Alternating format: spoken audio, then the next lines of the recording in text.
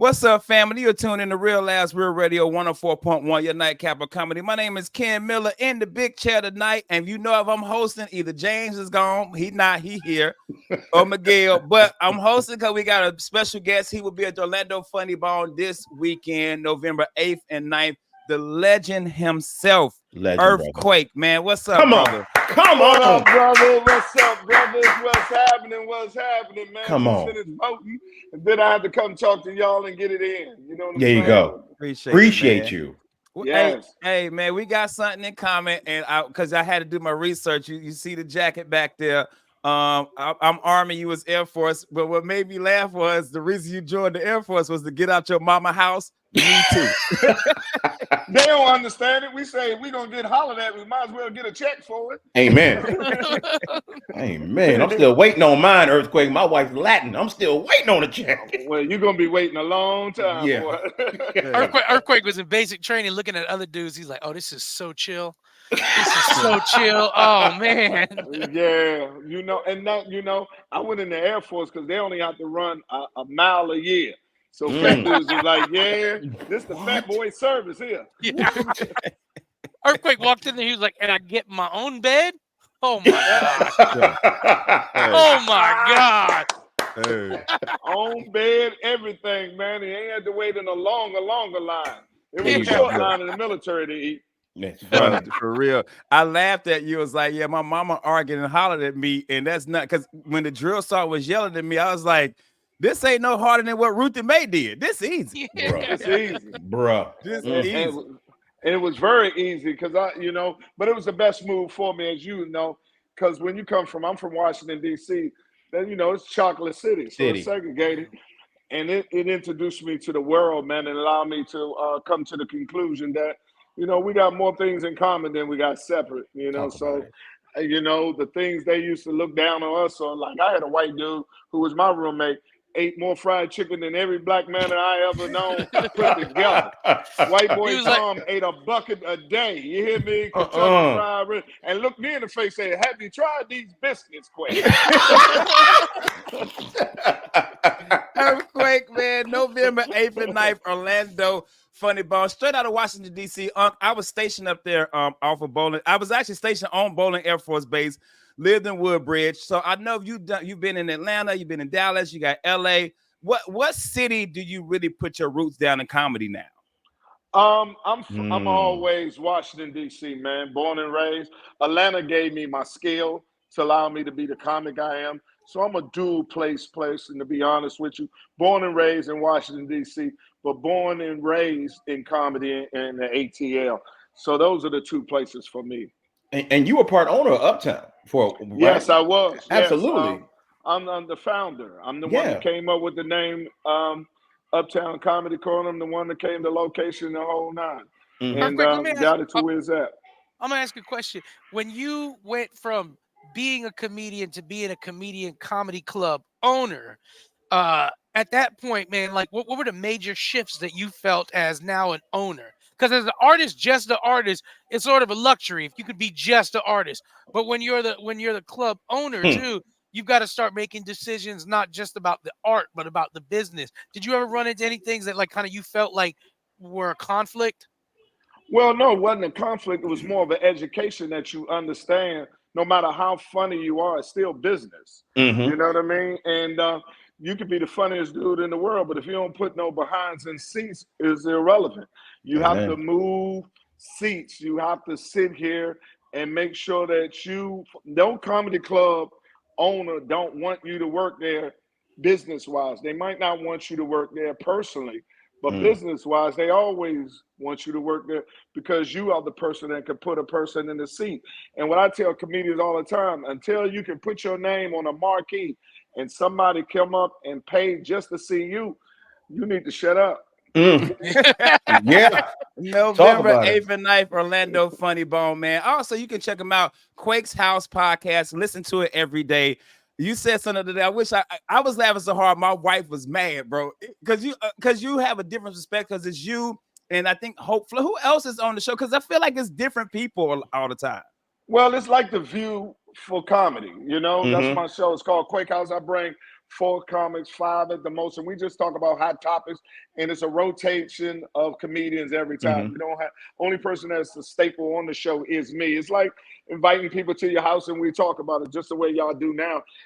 And we talk about it. So we talk about real things. And since it is Sirius XM and we don't have to stand around with the FCC, we able to say what we want, how we want to say it, with no filter. You know what I mean? So we're there. So you would do podcasts over radio then, because you were in the radio for a while. Well, it is a radio show. It just happened to be on Sirius XM. It's not a podcast. So we're subscribers. So when you're on there, once you're on a subscriber network instead of terrestrial radio. See, we're on terrestrial radio, so they just cut him. They were like, "Hey, don't let him talk about that no more."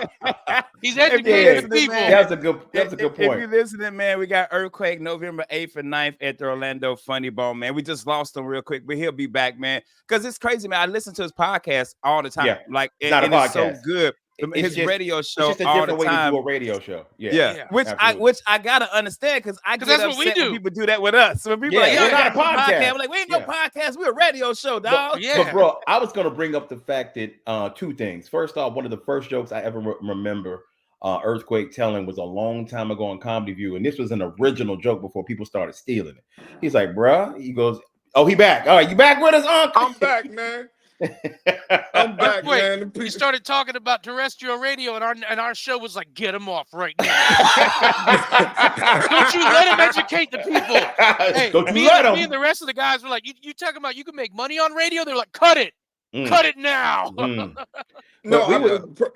No, I love terrestrial radio because y'all get them live reads and George extra Smith money. And yes, sir. all the rest of it. You don't get that on Sirius XM. You get an honorable mention. You know, I miss them AT&T commercials and all of that. So no. You have to watch your language. I get that language up for that check now. There you go. I want to talk about something. Nice, man. Funny Bone. Go ahead, Jay. I want to talk about something real for a second, man. I want to talk about, we always say as comedians, we want to play everywhere. We don't want to exclude anybody out. We want to get all the money. But I will say there is a difference between performing in mainstream clubs, not even mainstream, performing for certain demographics. Like if you perform for our people, Earthquake, you agree with this? You got 3.2 seconds to be funny before they turn on you.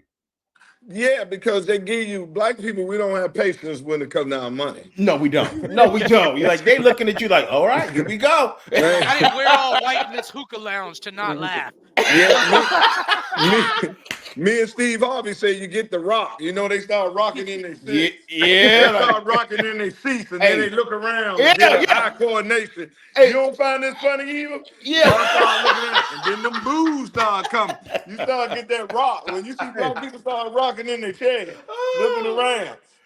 That's when they contemplating, I could have been doing something else. Told you we could have saved this $50 and went on down here and got something for the cheesecake factory or went to a movie, but you wanted to come see him. You know, black people start analyzing what they could have been doing with this money they spent, or this time they spent on here, and that's when the frustration comes with a boo. Bro, and nobody boos like our people. It comes from a place of deep down just hatred. Just no, it comes from a deep part of I should have did something else. I could have been doing something else. It's a boo with an attitude. Factory, man. November 8th and 9th, Orlando Funny Bone, man. Dude, I Earthquake, the first time I saw you, man, was years ago. I was with my girlfriend, who's now my wife now, and I told you this.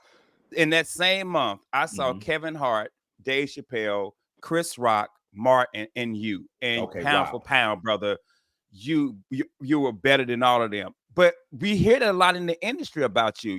You got the love and recognition from your peers. How does that feel in comedy, man, for you? It's humbling. It's the most humbling thing in the world. And I tell comedians, that's the greatest flattery you can get it when you get it from your peers. I remember one time, and not to equate it at the same, but I remember I was watching the basketball players was telling when it was the great 75 or the great 50 of basketball players, and they had all the great players. And then when Jordan walked in, it was a quietness, and all of them just sit there. You know what I'm saying? He said it was a whole different, and people understand. People really don't understand how difficult our job is. And I try to tell this to my fiance all the time. I said, we're tasked with a thing that we got to make people do something that they can't make themselves do, baby. And that's laugh. I say, you can't make yourself laugh. You know what I mean? You can phony laugh, but to actually laugh. And then we got to break down all these barriers that come along with it. No matter if you're mad, not long as you're distracted, no longer that we don't know these people. We got to get strangers to get to see what's coming out of our mouth. We don't have no visual. It's all verbal. And get them in that place of seeing it, not only seeing it, appreciate it, but make it funny. And that's the hardest task in the world, but it's the most gratifying when you can do it on a higher level, on an extreme high level. Because, you know, we all see it. We see some of these people that's out here, you know what I mean? They got the name recognition, the followers and all that. But you put them on that stage, boy, they straight hot garbage like the Dallas Cowboys. They like the Dallas Cowboys. And I tell Internet Comics, I have nothing against you, man. Do whatever platform you need to do. But you cannot rob this industry, what we call being a comedian. And when you're a comedian, it's not how many followers you have, it's how many comedians you can follow. Until you can get up there and get behind one of the funniest comedians and ride that wave to the top, you're not a part of our fraternity. Damn. Yes, sir, man. Like my grandma used to say, Earthquake, all right, hush your mouth and keep on talking. November 8th and 9th, Orlando Funny Bone. Earthquake, we got about 2 minutes, man. My favorite role is Unc from Everybody Hates Chris. When you saw Chris's car and he never got to drive the car, he never got the car got stuck. What's your favorite, and all this stuff you've done on TV, favorite character that you played? Man, to be honest with you, one of the favorites was me and Wanda Smith. Me and Wanda Sykes. We did Clerks 2. Yes, you did. Oh yeah, that was great. Yes, we was in a restaurant and we ran into a Trump supporter before it was a Trump supporter, a MAGA person. And you know when you hungry, brother, you hungry. And the person was racist behind there, and I was hungry. And Wanda like, we're not eating this food. And I said, you can't taste racism. When I eat this cheeseburger, you can't taste racism. Hey, man, Paula Deen would disagree. You can't taste racism. And she slapped her. She took the cheeseburger back and gave it back to him. Oh, my God. That was the funniest line. I just hit it. Yeah, November 8th and 9th, Orlando Funny Bone, man. Earthquake, we got a minute left. Before we let you go, man, how do you feel about the state of stand-up comedy right now? It's never been better. I have faith. I have faith in our genre, what we do. I have faith that true comedians such as yourself is going to keep. See, Richard Pryor and the great comedians have set a standards. And you might get over and have a flash in the pan or be hot for that minute, but to sustain it, you can't fool our people long term. You know what I mean? So you might get their money the first time, but you won't get them sat. They're not a habitual mistake maker. They're not going to allow you to keep robbing. You understand? And we have our parents have seen greatness. The biggest compliment I get when I see an older person come to me and say, you're the funniest guy I've seen. And I know that they came up with Richard Pryor and Red Fox and Mom Mabley and the rest. They done seen it at its purest form. And when it was great, when it started off great for us as Black minority comedians. So I feel, an obligation to keep that standard going. And I think a lot of us have that same one because I tell people all day long, man, a minute is a long time up there when you ain't funny. hey, when you got to do 45 to an hour, it's even longer. And you can hear them swimming. Give it up for the ladies in the house. They so look good. Night, boy. These ladies look good. Clap it up for the ladies, you independent black women that got yourself together. You are the baddest people in the world. Give it up for the ladies. Hey, man. Hey, November 8th and 9th, man. Earthquake at the Orlando Funny Bone. Before we get you out here, how can they find you at? Where can they follow you at? Hey, listen, you can follow me at The Real Earthquake on all social media, especially on my favorite one, Instagram. Anybody that wants to come to the show this weekend, just slide in my DM and say, hey, you was listening to 5 of the funniest brothers, because we're going to forget about that other brother that didn't show up. I like that. I like that. Tell them. We was rocking, having a good time, but I only had one stipulation for my free tickets. I am all out of men tickets. So if you're a grown man, don't slide in my DM, because Quake don't get down like that. Get your mama, get your girlfriend, get your sister to slide in. But if you're a grown man, I ain't got nothing but advice for you. And advice I got for you, vote for Kamala Harris, and let's put a black woman in the White House. There we go, man. Hey, we Jay, coming to see you Saturday, Unc. We coming through, we coming to see you Saturday, but we got to take a commercial break. We got to pay them bills, and I ain't reading nothing. We'll be right back. Real Labs, Real Radio 104.1. Yeah.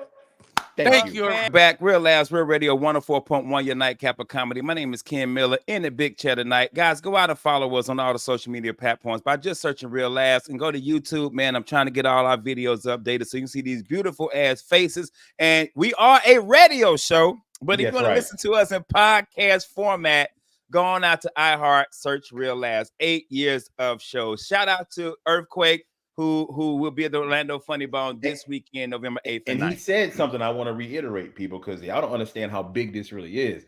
He said, if you want free tickets, go to The Real Earthquake on Instagram. Ladies only. If you hit him up and say that you were listening to Real Laughs, he will give you free tickets. Now, he might give you 2, so you might be able to bring a dude with you, but don't say you're doing that. Don't say man, I'm gonna tell you right now. Man. You disrespect Earthquake by bringing a dude. I'm gonna pop you right on the bottom, young lady. You've been a and it ain't assault. And it ain't assault. It ain't assault. It's lessons. You, man. Yeah. Hey, man, join the first studio with James Sean the Unemployed and Miguel Colon Jr. Jeff Kaufman is out tonight, man. It's Thursday night. We had to readjust our schedule, right? Because Monday night was football. We had football. So this is Thursday. So it is this Thursday. is my wedding anniversary. It's James' wedding anniversary. It's your 23 anniversary. years together. 23 years married, 33 years together. James, let me hop in with this, because I want to always bring this up. You asked Michelle out when you guys were younger, right? Yeah. What was it? Why? What was it? Give me take me back. Take me back to hoop earrings and LL Cool. Let me bring everybody back. What year was it, James? I like a girl with like 93. I think I like girls with bamboo earrings in the ear. Yeah, so it's 1993, right? Right, yeah, James? We watching the trailer to Jurassic Park. James and his homeboy smoking blunts like them real dinosaurs. Them real dinosaurs. Bro, look, you can't tell me that ain't real, son. Look at that. Bro, we were in the movie theater. We were watching Poetic Justice with Tupac. And that's how you met her? Joe Torre. Yeah, I met her at Poetic Justice. I didn't know her, baby. Joe Torre. Shout out to him. She was with her friends. I was with my friends, and you know what we do at movie theaters. If it's a group of guys, we could be friends. Yeah, and we could do this every weekend. I know that was a talkative ass movie theater. Poetic Justice, 1993. God damn. No. I feel bad for the one dude who went there like, I'm just gonna watch this quietly. Yeah, some people brought their own food, but some people brought grills and was cooking. Like George Foreman's like, hey man, you want to order? You want a burger? Going. Yeah, bro. So anyway, her friends are in the parking lot. They standing around, because back in the day we went to a movie and it was like right next to the mall. Everybody hung out. Yeah. So I started saying stuff to the girls, because I was a comedian even back then. Yeah. And they're laughing, they're giggling. And one of the girls said, "Shut up, James." I said, "Whoa, who are you? How you know my name?" And it turned out it was a little sister of one of my friends, and I had never met her. So she knew me, and that was my end, because she was best friends with Michelle. And we started talking. Hey, what was James Young spitting game line to Michelle? Yeah. He was like, hey, what that butt do? You know? you know the typical old school lines like, hey man, hurry up and give me your phone number before I don't want it no more. You know what I mean? Girl, girl, I'm gonna holler at you maybe later. And then she not there. You're like, hey, where'd she go? You know, you can make promises back then that you wasn't gonna keep and winning. Oh yeah, 100%. Like I could pretend I had goals. Like, girl, you know, I'm gonna go to college and be something. Oh my God, he has goals. Ask Yeah, I your can do friends. that. I be pulling out. Oh my God! I promise. Ask And y'all- pregnant Aisha. And y'all know I'm lying. You know what Yeah. happened. So we just honestly we started talking because back in the day you would talk. So we got our phone numbers exchanged. Were you a little every day. chatty Cathy on the phone? I Were was, you like laying bro, up, kicking your feet, Bro, I am kicking your that feet on the guy. phone? Like this. Like, so Yeah. what do you want to do when you go to like in your life? Like, what's your goals? You What's hang your up. No, ambition? you hang up. No, And your you mom's like, hang hey, up. you hang up. I'm going to hang up.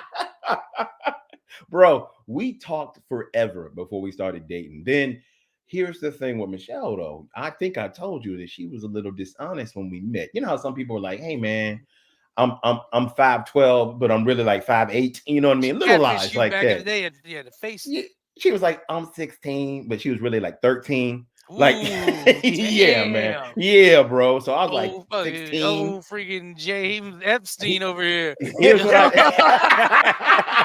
did. Hey, skate. if you how old? You say you were 15? Yeah, like 15. Yeah, turning that's 16. fine. Yeah, that's fine. Here's the thing, too. But to you, that's fine. To a dad, Oh, yeah. oh, you yeah, already 15 is 21. Hey, Bruh. yeah. Yeah. So Because freshmen are what, 14? Yeah. they can be, about 14. Yeah, because years I old. think, man, when I was a junior, I had messed with this freshman. Yeah, And that's a big I deal, though. I think junior, When junior Yeah. like 16, and I think that's like 14, 15. When you in Yeah. high school, High I school mean, don't count. yeah, high school, because whatever. You ain't, but James is over here going to junior high prom, Hey, James, I agree with you, B. That first night phone talk, bro. Oh, Me and Sean was on the phone, Miguel, for 2.5, 3 hours. But I love that though, because if you talk find about something- music, yeah, that's what I mean. That first conversation, me and Sean, it was like about music, because she almost didn't give me her number. yeah. Yeah. Just You love told me. I You was me. trying to. Yeah. Yeah. But you told her, Burn me a hand. you are hilarious because you were telling her, hey man, I'm Ken Miller. Yeah, I'm Ken Miller. you lucky to be talking to me.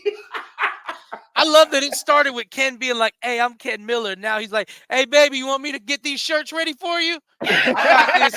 Pressing the shirts for my baby. Ken, why are you wearing a pink shirt? Sean liked me to wear them to kind of stretch them out before. She like Cameron. Leave me alone. That's funny. That's funny. So we just started talking and we started dating, and it just never stopped. I met her dad. I did the right thing. He loved the fact that I was willing to come meet him, even though I was older. And the fact I did it old school style and I wasn't a punk and I worked and I was responsible in college. He loved it. My boy, stuff like that. Hey, my boy, Johnny, he pulled the greatest move. This girl's dad, we were in like high school. I think we were like 16. I don't know what grade we were. I think we were like 10th or 11th grade. I think we were 10th grade. But this girl was like, I want to meet your boyfriend. Her dad was like, I want to meet your boyfriend. Tell him to come over. So she was like, my dad wants you to come over and meet him. Well, you know what's going to happen when you come meet the dad, the mom. The mom's going to like you. The dad's going to try to punk you. This and that. Yeah. Johnny, slick ass. He brought his mom. Done. Done. Wait a minute. Wait a minute. That's that the just slickest changed move. the game, dude. It changed the game. He's like, I figured y'all should meet my mom too, and she should meet her. So we came over for dinner. Well, dad can't punk in front of the mom. You can't do mom that. loves this even more. Yes. Girl gets to meet mom at her house. We were just like, damn, player.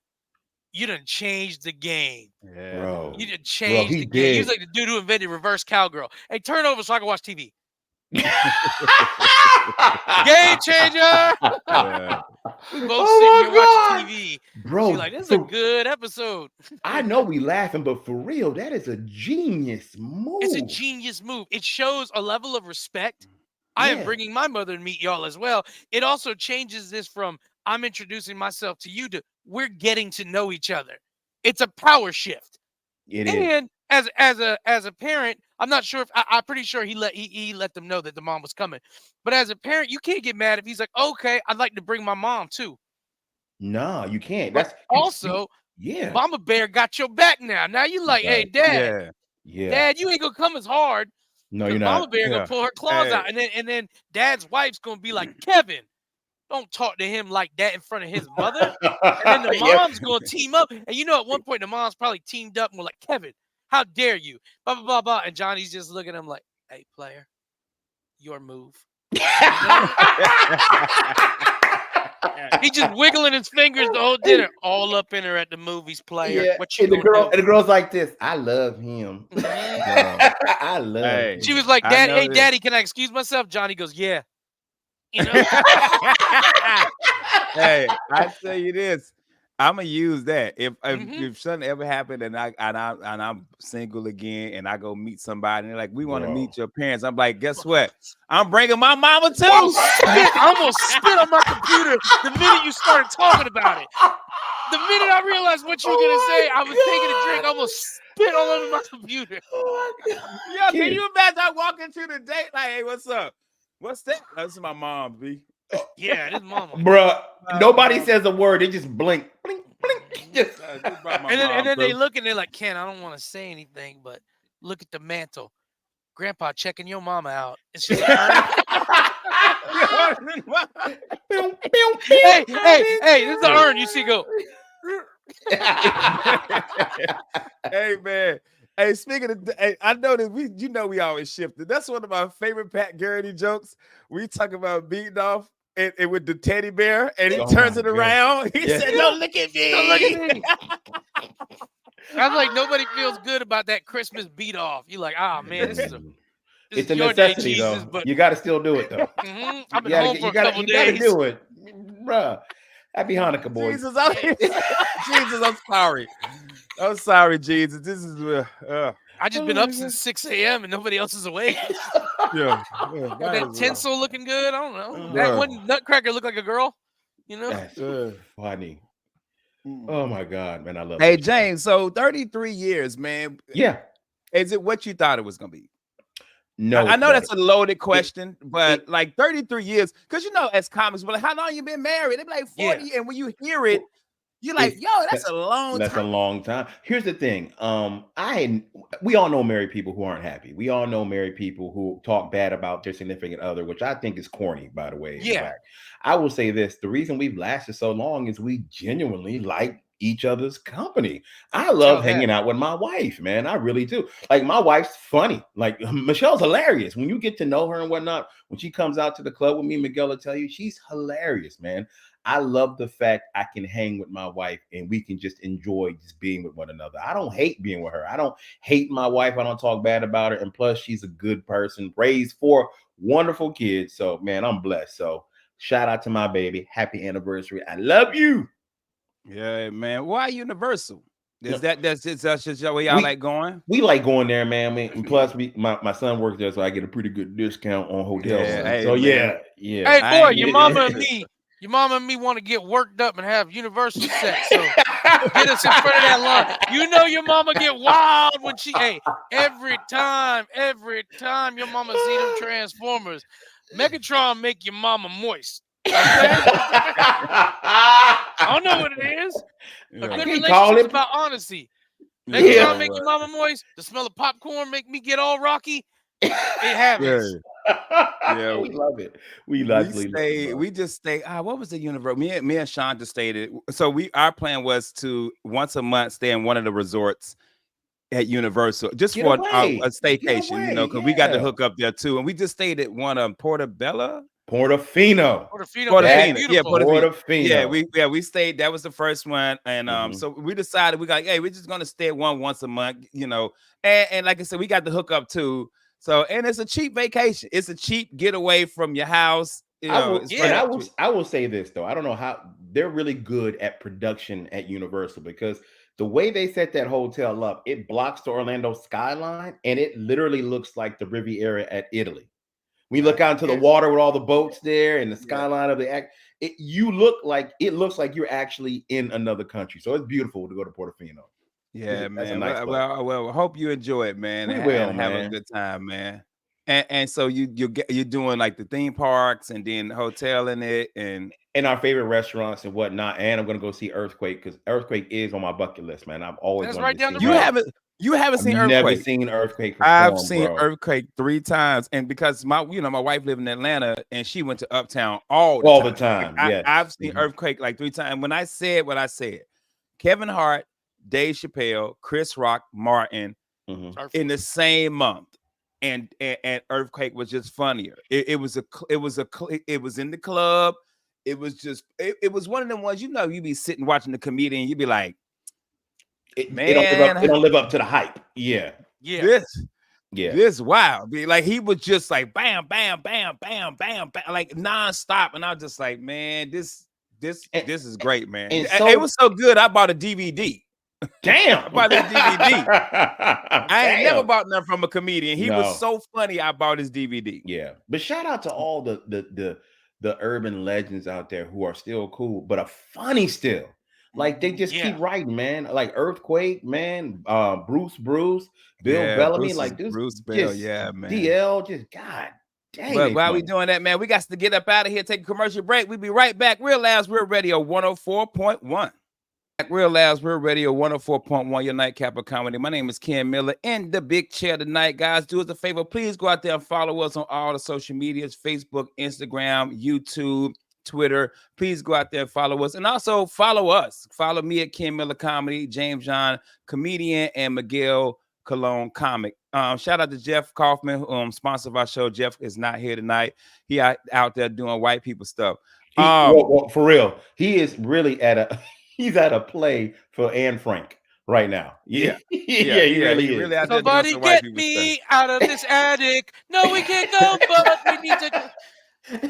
He's really working on the weather machine. This is his week to fix it. That's so funny. The broadcast energy transmitter. Kaufman, a member of the tribe. I was working on the BET. Yeah. Which as a kid, I didn't realize it until we were doing that show a couple weeks ago. Talk about building our own Serpentor. Yeah. I was like, it was really the BET. Like, I didn't even 30 years later, I'm finally getting like, wait a minute. Cobra Commander, we've got a hold of some nukes, and we were maybe going to. No, I've got this idea. It's going to be a microwave energy beam from the moon. Okay, I'm talking to the Colombians. They say if we could provide muscle, we could move coke for them. We're talking about $130 billion a year. Laser beam on the moon.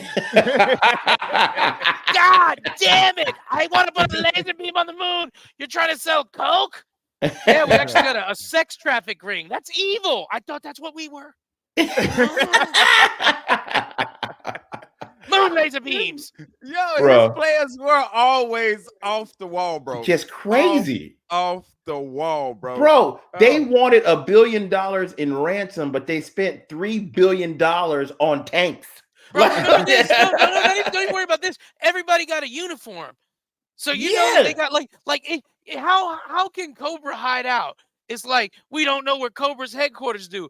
Sir, I got an idea. We could call Aramark and find out where they're delivering 7,000 crimson uniforms to in a week. We can call Centos. Centos. They clean the uniforms. We'll never be able to find Cobra's headquarters. They got a chow hall. Somebody works there. Hey, follow the Cisco truck. Yeah. Hey, this is what I did. I called all the manufacturers of dye, and I found out who's ordering all the red dye. Yeah. Then I called that uniform company and said, "Hey, do any of y'all deliver to like a mountain anywhere?" Yeah. And they're like, actually, yeah, I delivered to a mountain with a snake's face on it. Okay. I think we located their headquarters. Yeah, it's in the swamps of Crystal River. Like, that's funny. Think about it, because Cobra had a real operation going. You know that one day there was just some dude sitting in college and he's hanging out, man, and he's like talking to this other dude, and dude's like, "Hey, man, they working on a project together." They're like, "You a veteran?" "Yeah, man, I'm on the GI Bill." "I'm on the HISS bill." "Oh, you was Cobra? Hey, player, we could never shoot you." "Yeah, man, we just shooting directions, man." Yeah, we never get you, right? Hey, while you think about it, Cobra did have matching uniforms. Everybody in G.I. Joe had a different uniform, bro. Hawaiian shirts, man. They look like the Proud Boys. Yeah. Cobra, you got fitted. Yeah. I bet you Cobra Commander had an open door policy, too. Like, G.I. Joe, you like, Colonel Hawk, I need to talk to you. You know the chain of command. And Cobra's like, "Hey, Cobra, Step on in. Come on, sit down. That's why I got the big office. You want to get a Cobra Pop? First of all, you're Gary, right? Gary with the sun. How's the speech therapy going? Oh man, kids are the future. So what's up, kid? What can we talk about? He's like, well, I've been working on that operation to change the tides and reverse them. That's gonna be a big one, Gary. Yeah, that's gonna be a big one. And just my wife was just she's wondering maybe I could switch shifts. Gary, what do I tell everybody are the two most important things of Cobra? World domination and family. Here, now take these grenades home to your kid. Yeah. Do me a solid. On your way out, go kick one of those Joes that I've got chained up in the balls. But other than that, give me my stamp. Give me my snake stamp. Gary, enjoy your 96. Yeah. Hey man. So Take the this tank past home. weekend, you were at the Orlando Funny Bone.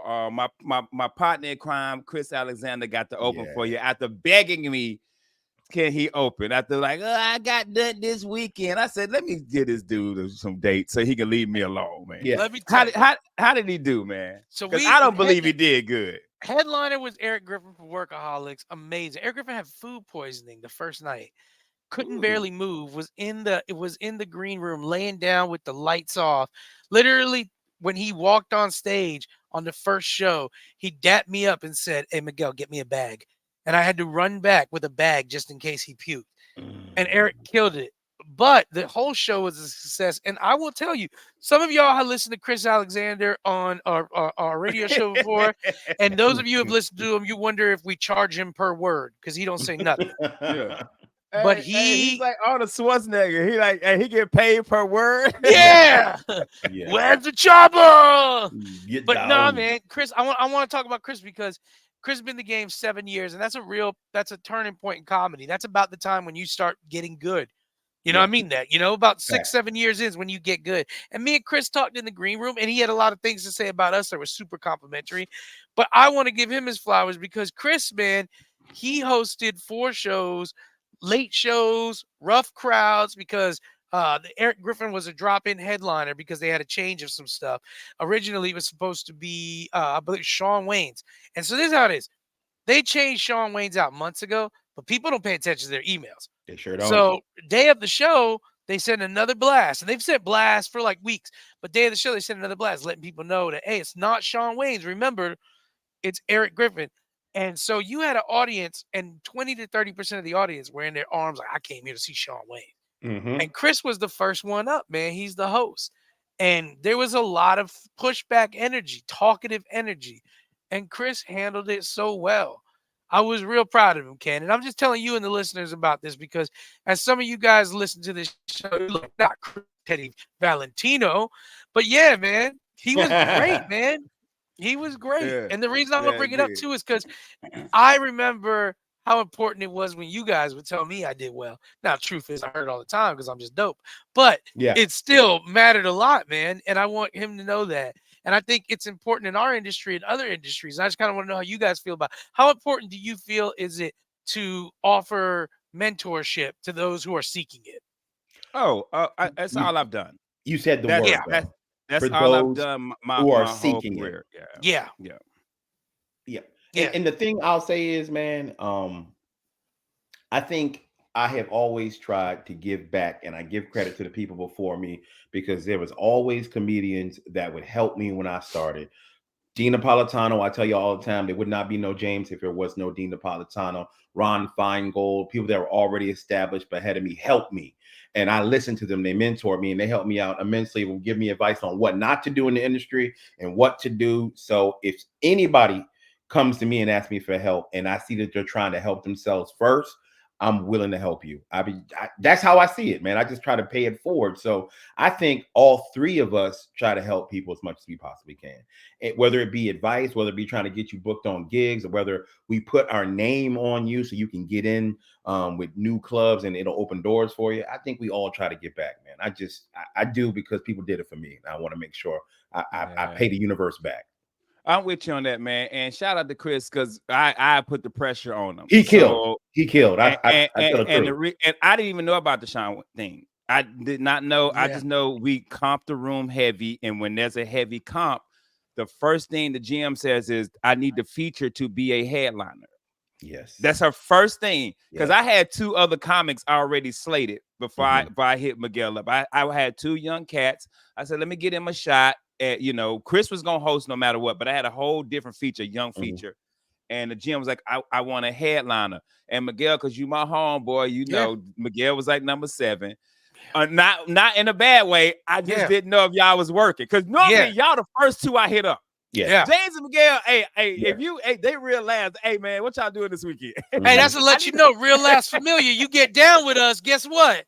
Guess what? I told it to a lot of comics. They're like, hey man, I appreciate you hitting me up a lot. I said, hey, look, you good to me. Papa gonna take care of you, okay? Hey, dude. So I was just like, I know James was working, and Crystal was the GM. She was like, I think Miguel out of town. So I was like, let me just go down my list. And then when I finally was like, hey man, one of y'all about to be working the funny bone. Miguel was like, I ain't got nothing to do. Hey, but here's the funny thing. When you book one of us, you probably gonna get all 3 of us there at the funny bone. You're probably gonna get all of us there. Hey, there's been a lot of times where James is somewhere and I'm like, hey, I'll just ride with you. I'll just come out and do time. I was telling somebody, I was telling Chris, I said, hey man, because Chris was like, as a headliner, do you miss featuring? I said, I don't miss it because I'll feature anytime I want. I mean, anytime. That's the thing. Anytime I like, if one of you guys are doing something, I want to go there all the time. I'll be like, yeah, I'll feature. And I understand there's some people who won't because of the money and they just can't give up a date for the money. And I understand that. They're like, if I'm doing a Friday, but for us, I've guest spotted for you, James, all the time because I'm like, I got nothing to do this Friday. I'll come hang out. Just to hang, bro. And we will go there and we will eat all the food. And the hang is still, man. I was telling, and me and Eric Griffin were talking about that thing, and we were just talking about if the hang is still good, man, then you love comedy. Honestly, because the money can be up and down bad, and there's times when the money's bad, but when the hang is bad, I don't want to ever do that. I don't want to do that. Yeah, we made a rule, Miguel. I'm glad you brought it up. Me and you, about a year and a half ago, we're gonna not do gigs that aren't fun anymore. Yeah, it's if the just gig's not not fun.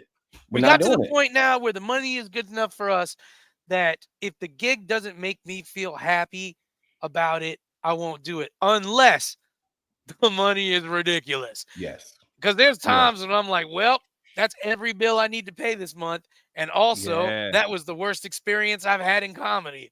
Amen. Amen. But the lights stay on, you know? Yes. I'm going to turn them off anyway so I can cry in the dark. But anyway, it's fine. Crying at Waffle House, be like, you know what? Another T-bone. Yeah, there you go. I got an extra $2. Another one. Come on. Yeah, you good girl. Hey, by the way, can we make a date for us to all just go to the Waffle House? Can we just do that? What y'all doing in a minute? By the way, doing at midnight. What y'all doing? Hey, James, don't do it, bro. When we went to the open mic, me and James the other night, and me and James did the duo on stage, and he did his Waffle House joke. Where did I go as soon as I left? To the Waffle House. Bro. I said, why did you even put that in my head, bro? And they done made the mistake and let us order online. What? And you can pick up, a popcorn. You can order online, pick up Waffle House, take your ass home. You just slide in, slide out. Slide in. Hey, here's the thing about Waffle House, though. Write down what they charge you every day because it changes. It's always different. It's never always different. It's never the same, bro. But half the fun, real quick, half the fun of going to Waffle House, I love when Miguel goes with me because I know what Miguel's going to do. I know what he's going to eat because I know my baby. And I know that he's going to put on some 90s hip hop and we're going to turn that Waffle House to a club. I be making babies in the Waffle House. I be making babies in the Waffle House. And hey, it's always that thin girl who been off meth for about 2 years. God bless you, me and her. I be winking and I'm like, you ain't need all them teeth to love me. You know? Man, we got to get up out of here. It's Thursday night. Where you at this weekend? Man, I am at Universal right now with my baby. Happy 23rd wedding anniversary. I love you, Michelle. Ow, Miguel, what you got going on this weekend, brother? Right now I'm in Pittsburgh. I'll be Pittsburgh until this Saturday, and then Saturday I'm gonna be at Earthquake Show. And just remember, put on a dress and pretend you a lady because he ain't giving you free tickets, fellas. You ain't getting no free tickets, man. And right now it's Thursday night. So I'm in Hollywood, but Friday night I will be at Orlando. No, yeah, Orlando. Hard Rock. Hey, I'm trying to give my dates. Hard Hey, Rock. Ken, by the way, man, congratulations on that, brother. I That's appreciate amazing, that, man. Appreciate it, Congratulations. dog. And then Saturday, we all hanging out. After the wedding, I'm just coming straight to the Improv. Me and my wife. I'm gonna be in my suit. She gonna be in her Suited dress. up. We gonna come straight there after Mac. Shout out to Mac McClendon and his girl Diana getting married Saturday, going to that wedding, man. But we appreciate y'all. It's Thursday night. We probably don't know who the president is yet, but we all wish it was still Obama. Hey, y'all know who the president. Yeah. We all wish it was Obama, but I got a bad feeling who gonna win, and if that person win, hey, look, man, I'm a house dude. I don't do cotton beat. I'll come inside, man. Hey, man, I'll breastfeed you, baby. Hey, I don't even use Q-tips, son. Hey, man, because I know if Buddy get elected, just know, man, this show canceled and we gonna be picking cotton. But I gotta get up out of here. James John Miguel Colon Jr. Shout out to Jeff Kaufman. James, tell him what to do. Take your ass to bed. Good night and have a good weekend, family. We out.